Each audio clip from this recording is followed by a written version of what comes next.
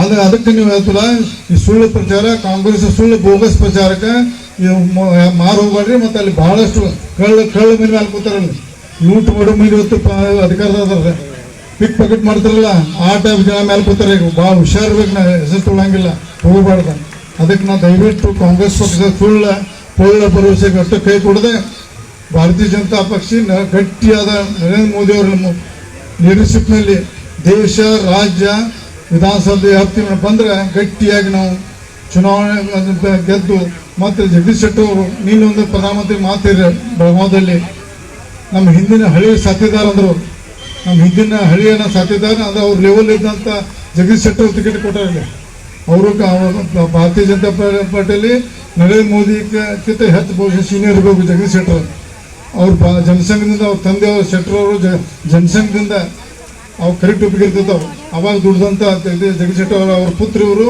ಅವ್ರ ಭಾರತೀಯ ಜನತಾ ಪಕ್ಷ ಅವ್ರ ಮನೆಯಲ್ಲೇ ಭಾರತೀಯ ಜನಸಂಘದಿಂದ ಬಂದಂಥ ಇವರು ಜಗದೀಶ್ ಶೆಟ್ಟರು ಮತ್ತು ಶಿಸ್ತಿಂದ ನಡೆದು ಭಾಳ ಸಂಭಾವಿತ ವ್ಯಕ್ತಿ. ಯಾರು ದ್ವೇಷ ಮಾಡಂಗಿಲ್ಲ, ಯಾರು ಬೇಯಂಗಿಲ್ಲ.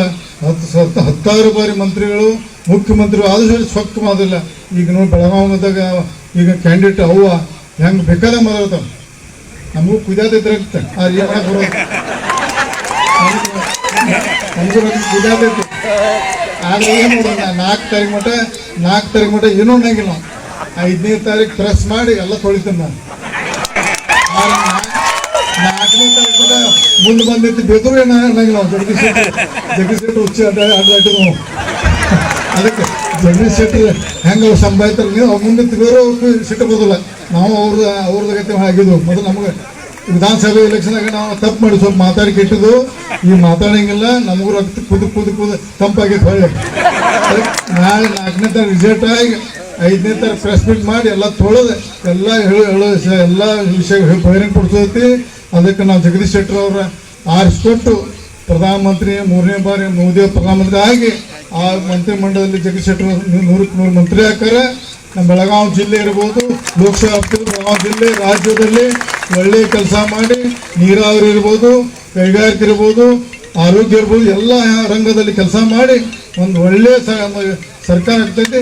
ಇದು ರಾಜ್ಯ ಸರ್ಕಾರ, ಇದು ಪತನ ಆಗಿ ಹೊಸ ಯೋಜನೆ, ಹೊಸ ಪತನ 100% ಇದು ಪಾರ್ಲಿಮೆಂಟ್ ನಂತರ ಪತನ ಆಗ್ತದೆ.